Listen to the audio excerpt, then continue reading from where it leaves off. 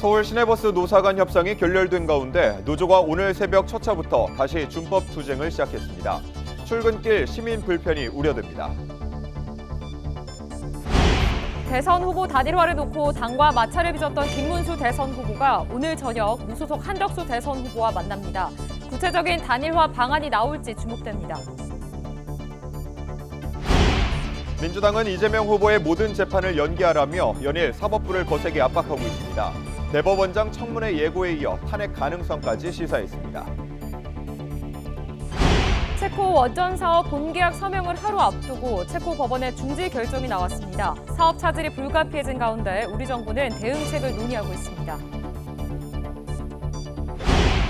미복귀 의대생에 대한 제재 여부가 오늘 결정됩니다. 대규모 유급 사태가 우려되는데 정부는 철회나 취소는 없다며 강경 입장을 유지하고 있습니다. 시청자 여러분 안녕하십니까? 5월 7일 수요일 뉴스타트 1부 시작합니다.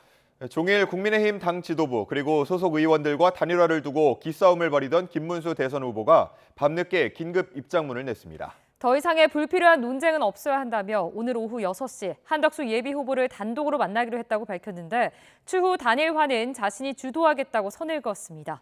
첫 소식 강민경 기자가 전해드립니다. 당이 자신을 강제로 후보직에서 끌어내리려 한다며 돌연 대선 일정 중단을 선언했던 김문수 후보. 서울로 올라가서 제가 남은 여러 가지 현안 문제에 대해서 깊이 대책을 마련하겠습니다. 6시간 반 만에 예정에 없던 입장문을 냈습니다. 먼저 자신의 제안으로 오늘 오후 6시 무소속 한덕수 예비 후보를 단독으로 만나기로 했다고 알렸습니다. 단일화를 둘러싼 더 이상의 불필요한 논쟁은 없어야 한다는 겁니다. 또 당 차원에서 실시하겠다고 예고한 단일화 찬반 당원 여론조사는 당의 화합을 해치는 행위라며 즉각 중단을 촉구했습니다. 특히 당 지도부를 향해 더 이상 단일화에 개입하지 말라며 이 시각부터 단일화는 전적으로 대선 후보인 자신이 주도하겠다고 못 박았습니다.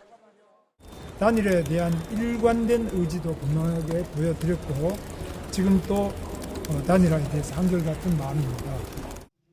즉시 중앙선대위를 중심으로 자신을 보좌해 선거 승리를 위해 최선을 다해야 한다는 일침도 빼놓지 않았습니다. 입장문 발표 시각, 앞서 김 후보와 연락이 닿지 않는다며 자택을 찾아왔던 권성동 원내대표는 일단 늦었지만 정말 잘한 결정이라고 평가했습니다. 무엇보다 국민과 당원들에게 약속한 대로 단일화에 합의를 좀 봤으면 좋겠다며 이른 시간 안에 구체적인 로드맵을 제시해 줄 것도 요구했습니다. 당에서 후보 단일화를 주도하고 싶었겠습니까? 단일화 작업이 지지부진했기 때문에 그리고 또 11월 후보 등록 이전에 단일화를 마쳐야 되기 때문에 하는. 다만 여론조사는 단일화 합의가 무산될 경우에 대비해 당원들의 뜻을 확인하는 게 필요하다며 김 후보 요구를 사실상 거부했습니다. 아직 서로 간 불신의 벽이 허물어지진 않았단 방증인 셈인데 김문수, 한덕수 두 후보 간 단일화 논의 결과가 보수 진영 단일 후보의 중요한 분기점이 될 걸로 보입니다. YTN 강민경입니다. 국민의힘은 후보 단일화를 둘러싼 내홍 속에 뾰족한 돌파구를 찾지 못하고 있습니다. 현실적으로 경선을 통해 선출된 김문수 후보를 강제할 방법이 없다는 건데 일각에선 후보 교체를 검토해야 한다는 의견까지 나오고 있습니다. 박정현 기자입니다. 김문수 후보 선출 이후 단일화를 낙관했던 국민의힘. 하지만 단일화 추진기구 출범부터 진통이 시작돼 김 후보 측의 참석 거부 등 단일화 논의는 파행이 계속되고 있습니다. 김 후보 측은 대신 입장문을 내고 당이 아직도 후보를 배제한 채 일방적인 운영을 하고 있다며 오는 주말 전당대회를 소집한 이유를 밝히라고 날을 세웠습니다. 사실상 후보 교체를 염두에 둔 당원 당규 개정 시도는 아닌지 의심된다는 겁니다. 당헌 당규를 개정해서 김문수 후보의 이 지위를 끌어내리려고 하는 것 아닌가라는 강한 의심을 김문수 후보가 직접 지금 하고 계십니다. 당은 한덕수 후보와의 단일화 상황에 대비해 소집 공고를 내놓은 것뿐이라며 즉각 반박했습니다. 단일화 후보를 뽑아놓고도 이분이 우리 당의 대통령 후보가 안 돼서 선관위에 등록을 못하는, 후보 등록을 못하는 그런 사태가 벌어지는 겁니다. 당과 후보 사이 불신이 극단으로 치닫는 모양새인데 결국 단일화 시점과 주도권을 둘러싼 신경전이 사태 원인이라는 분석이 나옵니다. 후보 등록 마감일인 11일까지는 어떻게든 한 후보와 단일화 작업을 매듭지어야 한다는 당과 시점에 연연하기보단 이낙연, 이준석 등을 아우르는 그랜드 텐트가 더 중요하다는 후보 측 입장이 팽팽히 맞서고 있는 겁니다. 당내에선 후보 교체를 검토해야 한다는 의견도 공개적으로 표출됐는데 일각에선 이대로 후보 등록 마감까지 단일화가 불발될 경우 무소속 상태인 한 후보의 출마 자체가 무산될 수 있다는 우려까지 나오고 있습니다. 다만 후보 교체까지 흘러갈 경우 선거 레이스에 큰 타격이 불가피한 데다가 경선으로 선출된 김 후보의 정당성을 마냥 외면하긴 어려운 만큼 김 후보 의견을 좀 더 들어봐야 한다는 의견도 적잖은 상황입니다. 단일화를 둘러싼 논란에 경선 참여 후보들까지 목소리를 더하며 해법은 보이지 않는 상황. 이러다간 단일화는커녕 경선 컨벤션 효과까지 놓치는 것 아니냐는 걱정이 당내에서 커지고 있습니다. YTN 박정현입니다. 한덕수 무소속 대선 예비 후보는 단일화가 실패할 것으로 생각하지 않는다고 밝혔습니다. 한 후보는 이낙연 전 총리 등과 잇따라 회동하며 개헌 연대 구축에도 협력해 나가기로 했습니다. 신윤정 기자가 보도합니다. 한덕수 무소속 대선 예비 후보는 국민의힘 김문수 후보와의 단일화는 반드시 적절한 시기 안에 이루어질 거라고 밝혔습니다. 한 후보는 관훈 토론회에 참석해 정치가 민생 경제의 발목을 잡는 건 더 못 참겠다는 국민의 열화와 같은 의지가 있다며 이같이 말했습니다. 한 번도 단일화가 실패할 거다라는 그러한 생각을 해본 적이 없습니다. 그것은 바로 국민들에 대한 큰 배신이고 배반이 될 거라고 생각하기 때문입니다. 그러면서 김 후보가 무엇이 국가와 국민을 위한 것인지 잘 판단할 거라 믿는다면서 자신감을 내비쳤습니다. 어떤 방식의 단일화에도 다 찬성입니다. 저를 지지하는 분들이 훨씬 많더라고요. 캠프에서 단일화 시한에 대해 후보 등록 마감일인 11일을 거론했지만 한 후보는 구체적인 시한을 못 박지는 않았습니다. 지금은 특별히 우리가 마지노선을 정하거나 하는 것들이 오히려 단일화 노력을 오히려 더 힘들게 만들 가능성도 있다. 한 후보는 이낙연 전 국무총리와 오찬 회동을 하고 개헌연대 구축을 위해 협력하기로 했습니다. 전날 손학규 전 바른미래당 대표 등 옛 민주당계 인사들과 잇따라 만나 개헌 빅텐트와 반 이재명 연대 구축에 속도를 낸 겁니다. 뜻을 같이 하는 사람들과 함께 개헌 연대를 구축해 개헌을 추진하는 데 협력하기로 했습니다. 한 후보 측은 김 후보의 1박 2일 영남 방문을 두고 말로는 빅텐트를 치자 하는데 행보는 불일치한 것 같다며 후보의 결단을 촉구했습니다. 이 전 총리 역시 김 후보를 겨냥해 변심할지 몰랐다, 다른 길로 돌아설 거라 믿고 싶다며 김 후보를 향한 압박과 회유에 힘을 보탰습니다. YTN 신윤정입니다.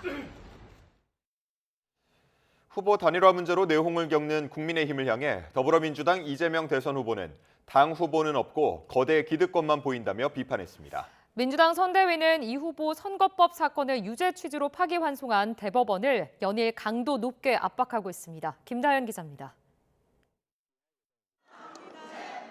민주당 이재명 대선 후보는 범보수 단일화 문제로 신경전을 벌이고 있는 국민의힘 김문수, 무소속 한덕수 두 후보를 싸잡아 저격했습니다. 국민의힘 후보는 어디 가고 난데없이 대한민국 거대 기득권과 싸우고 있다며 그게 누구든 국민과 함께 꼭 이기겠다고 강조한 겁니다. 당 차원에서도 국민의힘 경선은 무소속 한덕수 후보를 추대하기 위한 대국민 사기극이었다고 쏘아붙였습니다.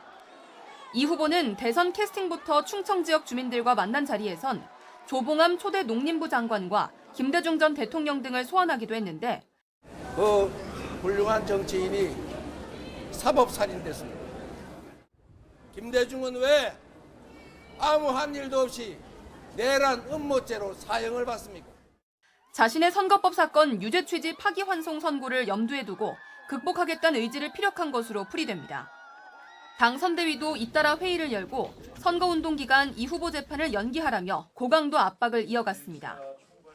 조희대 대법원장을 향한 날선 비판과 함께 탄핵도 재차 언급됐고 조희대 대법원장은 이 졸속의 정치관여 대선 개입 표적 재판의 사실상의 기획자고 집행자였습니다. 조 대법원장의 대선 개입 의혹 진상조사를 위해 청문회를 개최해야 한다는 의견도 나왔습니다. 법제처장을 역임한 이석연 공동선대위원장은 공정한 재판을 받을 권리를 보호하기 위해 대법관 증언을 민주당 공약으로 제안하겠다고 밝혔는데 이재명 후보 대법 판결이 졸속으로 이루어졌다는 점을 강조하기 위한 행보란 해석이 나왔습니다. 이재명 후보 대법 선고 이후 민주당은 청문회와 국정조사, 대법관 탄핵과 대법관 증언까지 거론하며 연일 사법부를 향한 압박 수위를 높이고 있습니다. 대선 전후 대대적인 입법 공세까지 예고하고 있어 민주당과 사법부 간 갈등이 쉽게 풀리지 않을 거란 전망도 나옵니다. YTN 김다현입니다. 더불어민주당은 오늘 국회 행정안전위원회 전체 회의를 열어 허위사실 공표죄 조항을 손질한 공직선거법 개정안을 단독 처리할 예정입니다. 민주당 소속 신정훈 행안위원장은 지난 2일 발의한 공직선거법 개정안을 직권상정해 의결할 계획입니다. 개정안은 공직선거법 250조 허위사실 공표 구성요건 가운데 행위라는 용어를 삭제하는 게 핵심 내용입니다.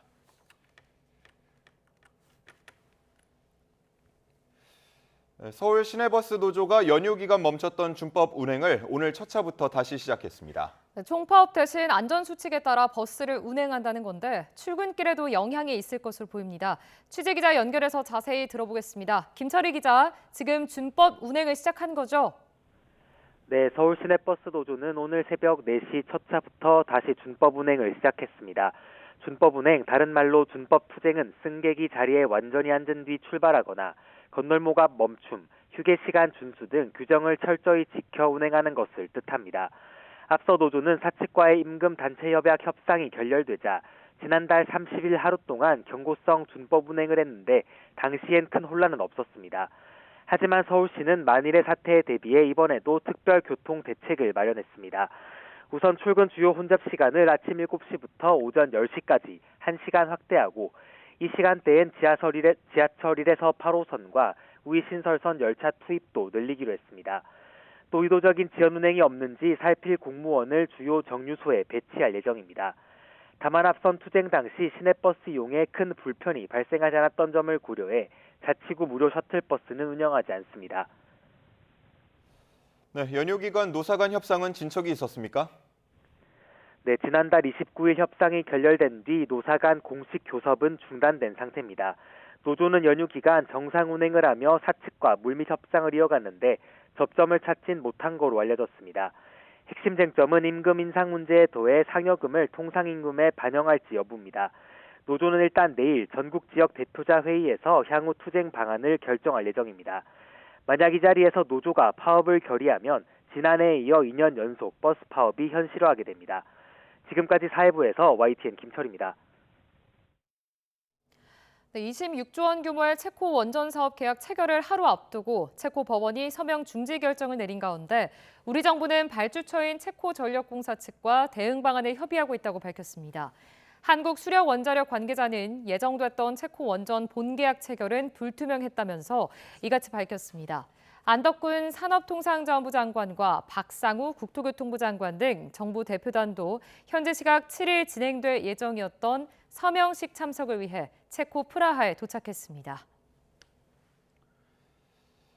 체코 법원의 결정으로 사업비 26조 원에 이르는 유럽으로의 첫 K원전 수출에 급제동이 걸렸습니다. 3년에 걸친 수주전에서 탈락한 프랑스 측이 발목을 잡은 건데 앞으로 절차는 어떻게 진행되는지 신호 기자가 정리했습니다.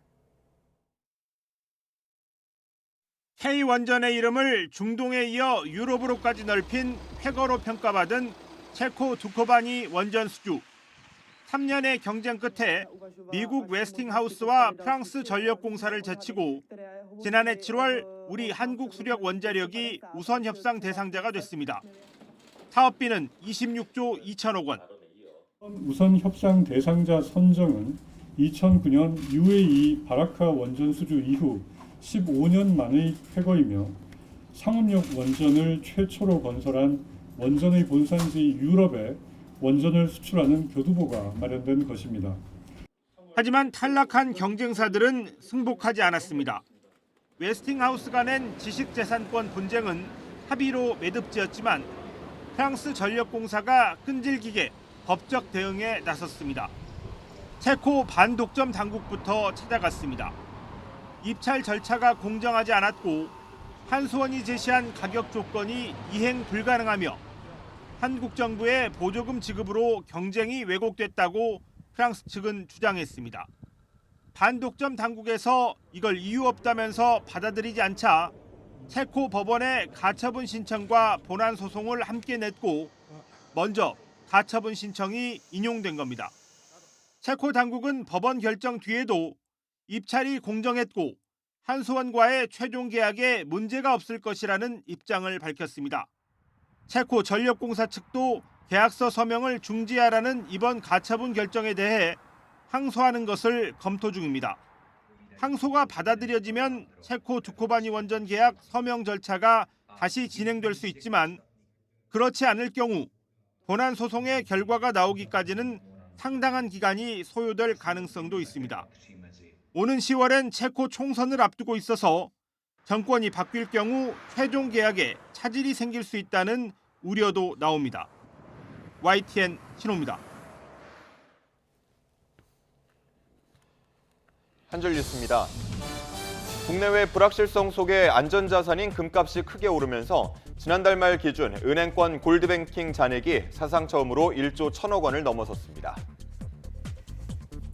정부가 올해 4월 말까지 한국은행에서 빌린 누적 대출금이 71조 원에 달해 역대 최대인 것으로 나타났습니다. 서울 강남권 아파트 가격이 오르면서 지난달 서울 아파트의 매매 대비 전세가 비율이 53.52%를 기록하며 11개월 만에 최저 수준을 기록했습니다. 가계대출 문턱을 높이는 3단계 스트레스 DSR 조치의 구체적인 내용이 이번 달에 정해집니다. 수도권에는 예정대로 3단계 스트레스 금리를 적용하되 지방은행에는 완화하는 방안을 검토하고 있는 것으로 알려졌습니다. 이번 달 들어 배추 가격이 32%, 대파 가격이 42% 하락하는 등 주요 농산물 가격이 1년 전보다 떨어질 거라는 전망이 나왔습니다. 건설과 부동산 경기 침체가 이어지며 올해 1분기 종합건설업으로 등록한 업체 수가 역대 최저 수준인 것으로 나타났고 폐업 공고는 14년 만에 가장 많았습니다. 지금까지 한 줄 뉴스였습니다.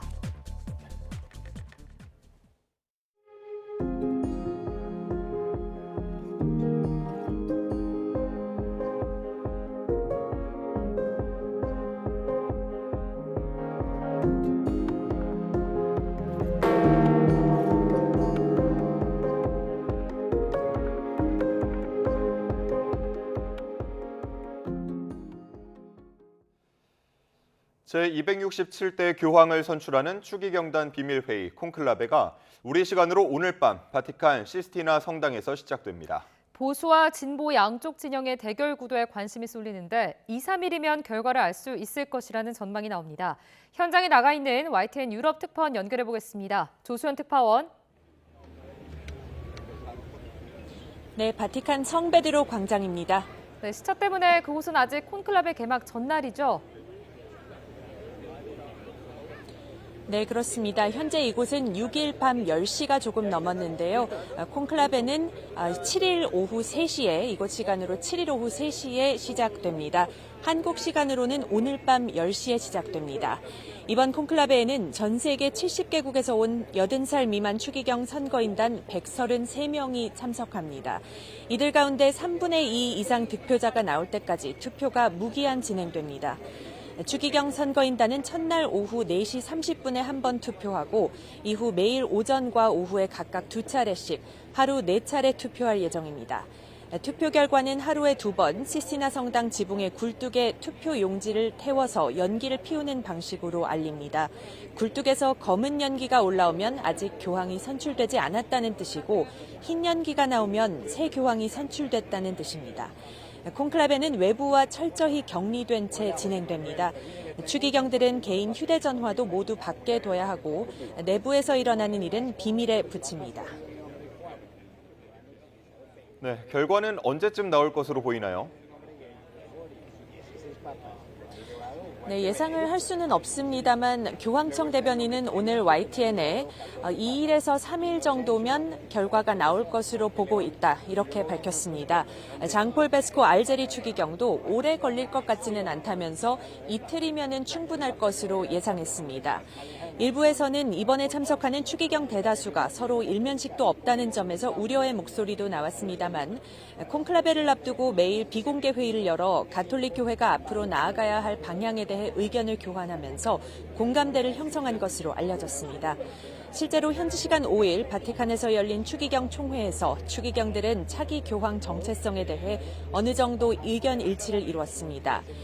마테오 브루니 교황청 대변인은 새 교황이 세계 질서의 위기 속에서 길을 잃은 인류를 인도하고 현실 속에서 살아가는 사람들과 가까운 목자가 돼야 한다고 밝혔습니다. 20세기 들어 열린 콘클라베는 평균 사흘 만에 결과가 나왔습니다. 가장 길었던 회의는 1922년 비오 11세 교황을 선출할 때로 닷새가 걸렸고요. 2005년 베네딕토 16세와 2013년 프란치스코 교황 선출 당시에는 모두 이틀 만에 마무리됐습니다. 네, 유력 후보군도 정리해 주시죠. 네, 이번 콘클라베는 그 어느 때보다도 예측하기 어려운 상황으로 흘러가고 있는데요. 프란치스코 교황의 유산을 계승하려는 개혁파, 그리고 전통주의 복귀를 바라는 보수 진영 간의 대결 구도에 관심이 쏠리고 있습니다. 현지 언론에선 우선 교황청 2인자 국무원장인 피에트로 파롤린 이탈리아 추기경이 유력 후보로 꼽히고 있습니다. 영국 이코노미스트가 추적 분석한 세계 도박 사이트 베팅 추이에 따르면 파롤린 추기경이 선출될 가능성이 28%로 가장 높게 점쳐졌습니다. 또 보수 진영을 이끄는 독일의 게르하르트 뮬러, 헝가리의 교회법 전문가 페테르 에르되, 아시아의 프란치스코로 불리는 필리핀의 루이스 안토니오 타글레 추기경도 유력 후보로 주목됩니다. 한국인 최초 교황청 장관인 유흥식 추기경은 다크호스 중 한 명으로 거론되고 있습니다. 지금까지 바티칸에서 YTN 조수연입니다. 도널드 트럼프 미국 행정부의 고율 관세 정책 시행을 앞두고 지난 3월 미국의 무역 적자가 사상 최고 수준을 기록한 것으로 나타났습니다. 미 상무부는 올해 3월 미국의 무역 수지 적자가 1,405억 달러로 전월 대비 173억 달러 증가했다고 밝혔습니다. 적자 폭이 지난 2월 1,232억 달러보다 크게 확대된 데다 다우존스가 집계한 전문가 전망치인 1,376억 달러를 웃돌았습니다. 외신들은 트럼프 행정부의 관세 시행을 앞두고 기업들이 주문을 앞당겨 수입품 재고를 확보한 영향으로 보고 있습니다. 도널드 트럼프 미국 대통령은 145% 관세를 부과한 중국이 미국과의 협상을 원한다며 적절한 시점에 중국과 만날 것이라고 말했습니다. 트럼프 대통령은 마크 카니 캐나다 총리와 정상회담에서 중국 선박들이 태평양에서 유턴하고 있다며 이같이 밝혔습니다. 트럼프 대통령은 현재 중국이 미국과 무역을 전혀 하고 있지 않아 크게 고통받고 있다며 대중 무역 적자인 1조 달러를 어떤 방식으로든 잃지 않고 있다고 주장했습니다. 한화오션과 HD 현대중공업이 캐나다의 잠수함 도입 사업에 200억에서 240억 달러, 우리 돈으로 최대 33조 3천억 원 규모의 공동 입찰 제안서를 제출했다는 외신 보도가 나왔습니다. 현지 시간 5일 캐나다 최대 TV 방송인 CBC는 한국 방위산업체 3곳이 올해 3월 초 캐나다 정부의 민간 제안 사업 방식으로 제안서를 제출한 것으로 확인됐다고 보도했습니다.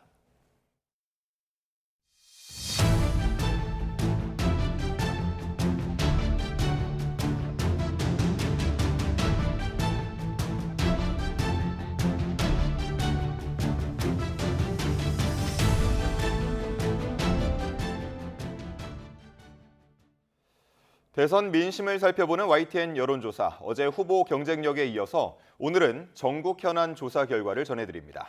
네, 우선 민주당 이재명 대선 후보의 공직선거법 위반 사건을 유죄 취지로 파기환송한 대법원의 선고가 적절했는지에 대한 평가는 찬반이 팽팽했습니다. 대법원 선고가 대선에 영향을 미칠 거라고 보는 응답자는 10명 중 6명 꼴이었습니다. 김경수 기자가 보도합니다.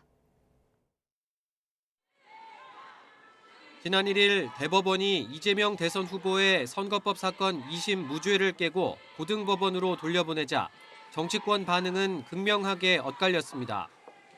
민주당은 졸속 판결, 사법 쿠데타라며 대법원을 정조준했고 국민의 엄중한 명령을 조희대 대법원이 5.1 사법 쿠데타로 다시 짓밟고 있습니다. 국민의힘은 옳은 판결이었다며 환영의 뜻을 나타냈습니다. 대법원은 대한민국의 법치와 정의가 살아있음을 보여주었습니다. 편향적이었던 2심 판결을 바로잡고 전국 유권자들은 어떻게 생각하는지 물어봤습니다. 대법원 선고가 적절했다 43%, 부적절했다 47%로 오차 범위 내에서 평가가 엇갈렸습니다. 다만 자신의 정치 성향이 중도층이라고 답한 응답자들만 따로 떼어놓고 보면 40대 51로 부적절했다는 의견이 우세했습니다. 민주당은 대법원 선고가 유력 대선 주자를 흔들려는 기획이라고 주장하고 있는데 유권자들에게 정말 영향이 있을지도 물어봤습니다. 이번 선고가 대선에 어느 정도 영향이 있을 거라고 답한 비율은 57%로 별 영향이 없을 거라는 응답 38%와 차이가 컸습니다. 특히 보수층에선 영향이 있을 거라고 답한 비율이 80%에 가까웠고 진보층 응답자도 40% 가까이 영향이 있을 거라고 전망하며 위기감을 드러냈습니다. 지역별로는 호남을 제외한 전국 대부분 지역에서 대선에 영향이 있을 거란 응답이 50%를 넘었습니다. 민주당과 이재명 후보 입장에선 20여일 남은 대선 기간 사법 리스크를 어떻게 돌파하느냐가 최대 관건이 될 것으로 보입니다. YTN 김경수입니다. 유력 주자인 민주당 이재명 대선 후보의 사법 리스크가 다시 떠오르면서 대통령의 불소추 특권과 관련된 헌법 84조 논란도 주목받고 있습니다. YTN 여론조사에선 대통령이 되면 받고 있던 재판을 중단할지를 놓고 찬반 양론이 비슷하게 나왔습니다. 이어서 엄윤주 기자가 전해드립니다. 민주당 이재명 대선 후보와 관련해 진행 중인 재판은 모두 5개입니다. 유력 주자의 재판 문제가 명확하게 정리되지 않으면 당선 뒤에도 논란이 이어질 가능성이 큽니다. 유권자들은 어떻게 생각하는지 물었습니다. 대통령이 되면 재판을 멈춰야 한다는 응답이 44%, 그대로 진행해야 한다는 46%로 오차범위 안에서 찬반 양론이 팽팽했습니다. 어느 의견이 더 우세한지 단정할 수 없다는 건데 연령별로는 양상이 좀 달랐습니다. 40대와 50대를 제외한 나머지 모든 연령층에서 재판이 진행돼야 한다고 응답한 비율이 오차범위를 벗어나 더 많은 것으로 나타났습니다. 정치 성향에 따른 응답도 크게 엇갈렸습니다. 보수층 응답자 78%가 재판을 진행해야 한다고 생각했고 진보층 응답자 73%는 재판을 멈춰야 한다고 봤습니다. 다만 주요 선거 때마다 승부처로 꼽히는 중도층에선 재판을 멈춰야 한다는 응답이 50%로 더 많았습니다. 이재명 후보 대법원 선고와 한덕수 전 총리의 사퇴 발표 날 밤 다소 예상치 못하게 국회에서 진행된 최상목 전 경제부총리 탄핵 시도에도 의견을 물었습니다. 적절했다 44%, 부적절했다 47%로 오차범위 안에서 우열을 가릴 수 없었고 중도층 응답만 따로 떼어놓고 봤을 때도 어느 한쪽으로 의견이 완전히 기울었다고 보기 어려운 결과가 나왔습니다. 이번 조사는 YTN이 여론조사기관 엠브레인 퍼블릭에 의뢰해 지난 4일부터 이틀 동안 전국 유권자 1,007명을 대상으로 전화 면접 방식으로 진행됐습니다. 표본 오차는 95% 신뢰 수준의 플러스 마이너스 3.1%포인트이고 전체 질문지를 포함한 자세한 사항은 중앙선거 여론조사 심의위원회 홈페이지를 참고하면 됩니다. YTN 엄윤주입니다. 이재명 민주당 대선 후보가 선거법 사건 파기환송심 첫 공판 기일인 오는 15일에 출석할지 관심이 커지고 있습니다. 민주당이 모든 재판 일정을 대선 이후로 미뤄달라고 주장한 가운데 이 후보에게는 다음 달 투표일 당일까지 모두 6차례 재판이 남아 있습니다. 권준수 기자가 보도합니다. 서울고등법원은 이재명 후보의 공직선거법 사건 파기환송심 첫 공판기일을 오는 15일로 잡았습니다. 대법원이 유죄 취지로 파기환송 판단을 내린 지 하루 만에 첫 기일을 잡은 겁니다. 민주당이 대선 기간에 공평한 선거운동 기회가 보장돼야 한다고 주장하는 만큼 불출석 가능성이 커 보이는데 만약 재판에 나오지 않는다면 기일은 밀릴 수 있습니다. 다만 출석 요구를 받고도 두 번째 기일까지 나오지 않으면 법원은 그대로 재판을 진행하는 등 다음 절차를 밟아 나갈 수 있습니다. 이 후보에겐 다음 달 투표 당일까지 다른 사건 재판도 여럿 남아 있습니다. 서울고등법원에서 진행 중인 위증교사 사건 항소심의 첫 정식 재판은 오는 20일입니다. 결심 공판은 다음 달 3일로 잡혀 있지만 대선 날짜와 겹치기 때문에 미뤄질 수도 있습니다. 또 오는 13일에는 성남시장 시절 불거진 대장동 개발 과정에서의 배임 의혹으로 서울중앙지법 재판에 출석해야 합니다. 오는 27일 수원지방법원에서 열리는 대북 송금 의혹과 법인카드 유용 사건은 공판 준비 기일이라 출석 의무가 없습니다. 이 후보에게 남은 재판들이 대선 이후에 어떻게 진행될지는 미지수입니다. 대선 당선 여부에 따라 헌법에서 규정한 대통령의 불소추 특권과 관련한 헌법 84조 해석을 두고 공방이 계속되고 있기 때문입니다. 선거운동 기간에 잡힌 모든 대선 후보자의 재판 기일을 미뤄야 한다는 주장이 나오지만 사법체계에 정치적인 압박을 가하는 건 헌법 질서에 어긋난다는 반박도 만만치 않습니다. YTN 권준수입니다. 무단 결석하거나 수업에 불참한 미복귀 의대생들에 대한 제재 여부가 오늘 확정됩니다. 10,000명 넘는 대규모 유급 사태가 현실화할 가능성이 제기되는데 정부는 철회나 취소는 없다며 강경태세를 유지하고 있습니다. 부장원 기자입니다. 교육부는 오늘 전국 40개 의과대학으로부터 의대교육 정상화와 관련한 보고를 받습니다. 최종 복귀 시한이었던 지난달 말까지 무단 결석하거나 복귀는 했지만 수업을 거부한 의대생들에 대한 처분과 향후 학사 계획 등이 골자입니다. 일정 기간 이상 무단 결석한 경우는 제적, 복귀하고서도 수업에 불참한 경우는 유급 처분을 받게 됐는데 구체적인 제재 규모는 오는 9일 이후 공개됩니다. 앞서 의대 5곳은 무단 결석한 1,900여 명에 대해 제적 예정 통보를 했는데 대상자 대부분이 학교로 복귀해 제적 인원은 적을 전망이지만 문제는 유급 대상자들입니다. 적만 걸어놓고 수업은 보이콧하는 의대생이 전체의 70%를 웃도는 만큼 많게는 1만 명 규모의 집단 유급 사태가 현실화할 우려가 큽니다. 복귀 시한을 이틀 앞두고 이주호 대통령 권한대행 부총리는 처분이 확정되면 철회나 취소는 없고 제적에 따른 결혼은 편입학으로 보충하겠다고 최후 통첩을 날렸는데 유급은 제적과 달리 의대생 신분을 유지할 수 있어서 처분이 내려지더라도 돌아올 유인이 크지 않아 보입니다. 여기다 더 큰 문제는 유급자들이 돌아오는 내년 이후입니다. 의대는 학기가 아닌 학년 단위로 움직이는데 돌아온 24, 25학번에다 26학번 신입생까지 3개 학년이 함께 수업을 받는 이른바 트리플링 상황이 불가피하기 때문입니다. 정부와 의대도 트리플링만큼은 막겠다고 대비책 마련에 서두르고 있지만 뚜렷한 해법은 내놓지 못하면서 의대 교육 정상화의 시계는 여전히 안갯송이입니다. YTN 부장원입니다. 해킹 사고가 일어난 SK텔레콤이 이르면 오늘 모든 고객을 대상으로 유심보호 서비스 적용을 마무리할 예정입니다. 일단 서비스에 가입했다면 크게 걱정하지 않아도 된다는 게 전문가의 설명이지만 해킹 배후와 의도에 따라 파장이 더 커질 가능성도 있습니다. 김태민 기자의 보도입니다. 해킹 사고 피해를 예방하기 위한 SK텔레콤의 유심 보호 서비스 가입자 수가 2,400만 명을 넘어섰습니다. SK텔레콤과 SKT망을 이용하는 알뜰폰 고객의 96%에 달하는 수준입니다. 이에 따라 오늘까지 자동 가입이 이루어지면 대부분 가입자에게 유심 보호 서비스가 적용됩니다. 유심 교체 예약자 수도 780만 명으로 늘었지만 물량 부족 여파로 실제 교체를 마친 이용자는 104만 명에 불과합니다. 10만 개, 20만 개 이렇게 들어올 때도 있고 무슨 100만 개 이렇게 이렇게 한꺼번에 들어오는 것도 있습니다. 그래서 그 기간을 당기기 위해서 이제 좀 더 빨리 줄 수 없는지 저희가 제조사들하고 협의를 하고 있는 중이고요.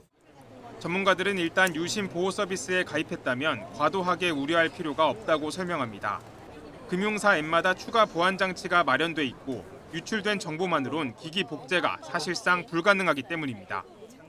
유심 보호 서비스에 가입을 하면 기기 변경을 못합니다. 해커가 가입자 식별번호랑 인증키를 복제한다 하더라도 지금 기기 식별번호 자체가 유출이 안 됐고 그것을 흉내낼 수가 없기 때문에 해킹 사고가 알려진 지 2주가 지났지만 관련 피해 사례는 아직 접수되지 않았습니다. 이에 따라 이번 해킹이 특정 정보를 목표로 이루어졌을 가능성이 주목받고 있습니다. 금전적인 목적이 아니고 통화 기록 탈취가 사실 해커들한테는 가장 중요합니다. 중요 요인들의 동선 파악이라든가 누가 누구와 친한가 이런 것들을 파악하려고 해킹하는 경우가 많거든요. 현재 가동 중인 민관합동조사단의 핵심 목표 역시 해킹 배후와 의도를 파악하는 것이지만 과거 사례로 볼 때 완전 규명까진 적지 않은 시간이 걸릴 것으로 보입니다. YTN 김태민입니다. 최태원 SK그룹 회장이 내일 열리는 SK텔레콤 유심 해킹 사태 관련 국회 청문회에 출석하지 않는 것으로 확인됐습니다. 최 회장은 청문회 당일 아시아태평양 경제협력체 APEC 통상장관회의를 대비한 주한 미국 상공회의소 대미 통상 관련 행사를 이유로 국회에 불출석 사유서를 냈습니다. 최 회장은 사유서에서 SKT 전산망 해킹 사고로 국회와 국민에 큰 심려를 끼쳐드린 점을 깊이 사과한다며 추가 피해 방지와 사고 수습을 위해 모든 역량을 동원해 대응하고 있다고 밝혔습니다. 중고등학교 사학재단인 강원학원 이사장 부부의 돈 없는 갑질, 앞서 여러 차례 보도해드렸는데요. 이사장 생일에 교사가 노래를 부르는 등 장기 자랑을 해야 했고 학교 공사에 교직원은 물론 운동부 학생까지 동원했습니다. YTN이 관련 증거 영상을 단독 확보했습니다. 홍성욱 기자가 보도합니다. 코로나19로 집합 금지 명령이 내려졌던 지난 2022년 4월 15일 오후 4시 한창 수업이 진행 중이던 시간 학교 강당에서는 이사장 칠순을 기념하는 행사가 열렸습니다. 교장, 교감은 물론 보직교사 등 20명 넘는 교직원이 참석했습니다. 편지 낭독에 이어 노래를 부르는 교사들.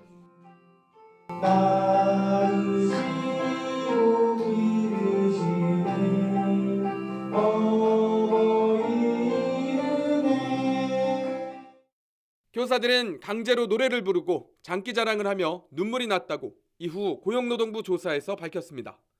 이뿐만이 아닙니다.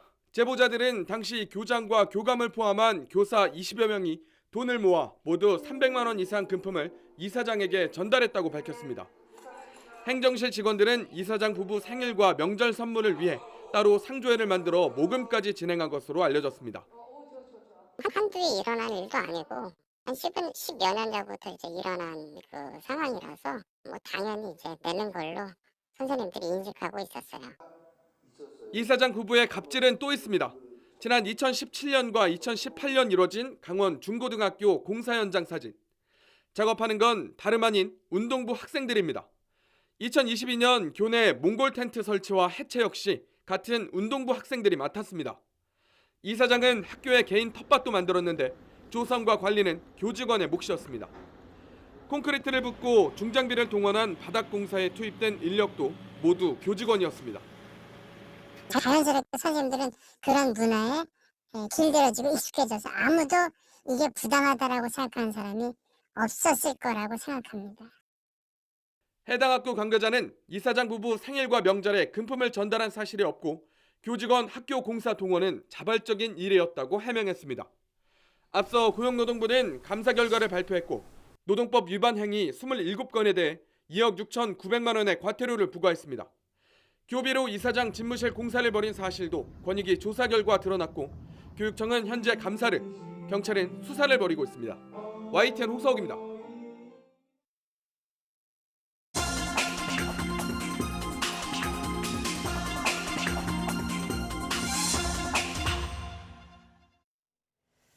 네, 글로벌 픽입니다. 알카트라즈 교도소를 다시 열겠다는 트럼프 대통령을 향해 SNS에서는 영화 보다가 떠올린 아이디어 아니냐는 조롱까지 돌고 있습니다. 하지만 불법 이민자 추방에 열을 올리고 있는 트럼프 대통령은 거듭 재개소 의지를 밝혔는데요. 과연 실현 가능한 얘기일까요? 박영진 기자가 취재했습니다. 트럼프 대통령은 그 누구도 탈출 못한 알카트라즈 교도소는 법과 질서의 상징이라고 거듭 밝혔습니다. 불법 이민 범죄자들이 판을 치는 지금 미국에 필요한 것이라고도 강조했습니다. It represents something very strong, very powerful in terms of law and order. Our country needs law and order. Alcatraz is, I would say, the ultimate, right? 트럼프 행정부 국경정책 책임자도 불법 이민자 구금 시설이 부족한 상황에서 알카트라즈는 대안이 될 수 있다고 힘을 보탰습니다. I think it's certainly an option, especially for the significant public safety threats, national security threats. I mean, should be on the table. 트럼프 대통령의 이 같은 조치는 불법 이민자 엘살바도르 추방을 놓고 사법부와 충돌하는 중에 나온 것입니다. 때문에 강성 지지층을 겨냥한 것이라는 해석이 나옵니다. 일각에선 성과 없는 관세 전쟁 등으로 악화한 여론을 의식한 시선 돌리기용 쇼가 아니냐는 분석도 있습니다. 상당수 미국 언론들은 실현 가능성에 의문을 제기하고 있습니다. 트럼프 행정부가 연방정부 예산 삭감과 구조조정에 힘을 쏟는 상황에서 섬이라는 특수성 때문에 운영도 쉽지 않은 알카트라즈 교도소 복원에 수백만 달러의 예산을 투입하는 것은 비현실적이라는 겁니다. 한편 SNS에서는 트럼프 대통령이 이번엔 TV 영화를 보다가 영감을 받은 것 아니냐는 비아냥까지 돌고 있습니다. 트럼프 대통령이 주로 주말을 보내는 플로리다주 남부에서는 현지 시간 3일 밤 영화 알카트라즈의 탈출이 방영된 것으로 전해졌습니다. YTN 박영진입니다. 도널드 트럼프 미국 대통령과 관련된 보도들이 퓰리처상을 휩쓸었습니다. 퓰리처상 선정위원회는 현지 시각 5일 109회 퓰리처상 언론속보 기사부문 수상자로 지난해 7월 13일 트럼프 당시 대선 후보 피격 사건을 보도한 워싱턴 포스트 취재팀을 선정했습니다. 또 언론속보 사진부문 수상자로는 같은 사건을 취재한 뉴욕타임스 더그 밀스 기자가 뽑혔습니다.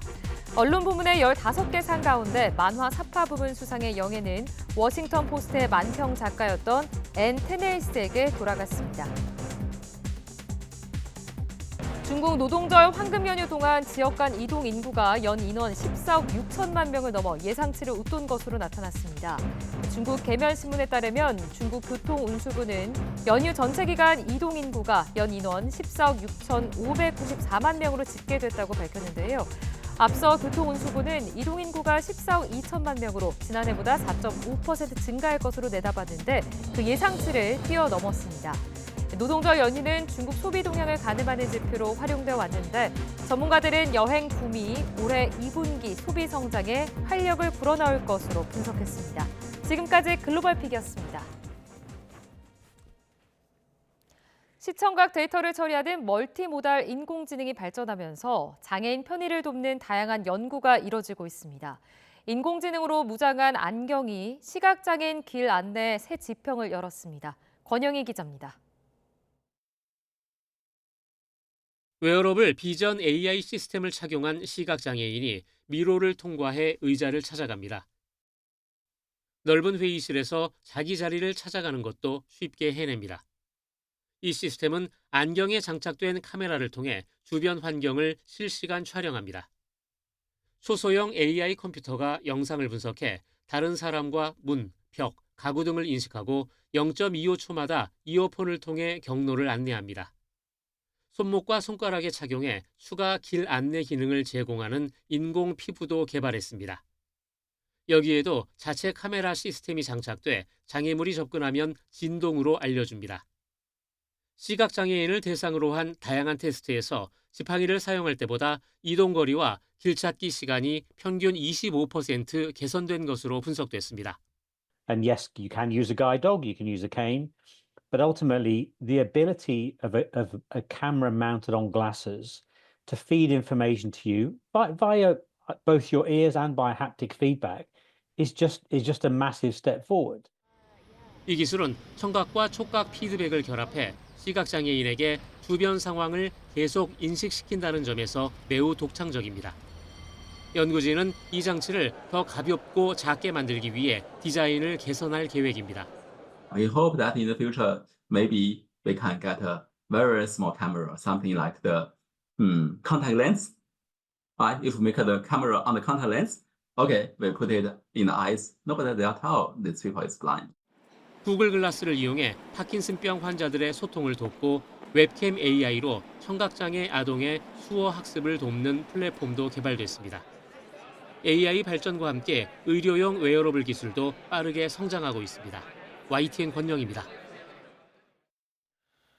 소비자의 착각이나 실수를 유발해 비합리적인 지출을 유도하는 온라인 눈속임 상술, 이른바 다크 패턴이 당국의 규제 강화에도 여전히 기승을 부리는 것으로 파악됐습니다. YTN 팩트 추적 제작진은 대표적인 다크 패턴 유형 6개를 금지한 전자상거래법 개정안이 시행된 지난 2월 이후에 온라인 눈속임 상술 실태를 조사했습니다. 그 결과 검색 단계에서 나타나는 숙박비와 결제 단계의 금액이 다르거나 특정 동영상 프로그램 옵션이 미리 정해져 있는 등 다크 패턴 의심 사례가 각 분야 여러 사이트에서 확인됐습니다. 오늘 밤 방송되는 YTN 탐사보도 프로그램 팩트 추적은 온라인 쇼핑몰을 넘어 금융과 게임 등까지 영역을 넓힌 다크 패턴의 실태를 짚고 기업의 윤리의식 제고 등 해법을 집중 모색합니다. 다시 일상으로 돌아가는 오늘 하늘은 맑지만 일교차가 크겠습니다. 오늘 아침 서울과 대구가 10도 선으로 출발하며 예년 기온을 다소 밑돌고 있는데요. 한낮에는 햇볕이 내리쬐면서 기온이 10도 이상 껑충 오르겠습니다. 시간대에 맞는 옷차림을 하셔야겠습니다.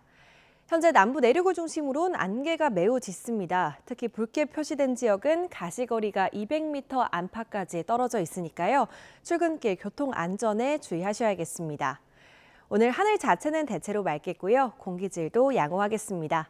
현재 기온은 서울이 10.2도, 전주가 8.4도로 출발하고요. 한낮이 되면 서울 20도, 대구와 광주가 23도까지 오르겠습니다. 어버이날인 내일은 서울 낮 기온이 25도까지 오르면서 다소 덥겠습니다. 모레는 전국에, 토요일에는 중부지방에 또다시 비가 올 텐데요. 모레 제주도와 남해안에는 강하고 많은 비가 예고됐습니다. 시설물을 미리 점검하셔야겠습니다. 날씨였습니다. 뉴스타트 1부 마칩니다. 함께해 주신 여러분 고맙습니다.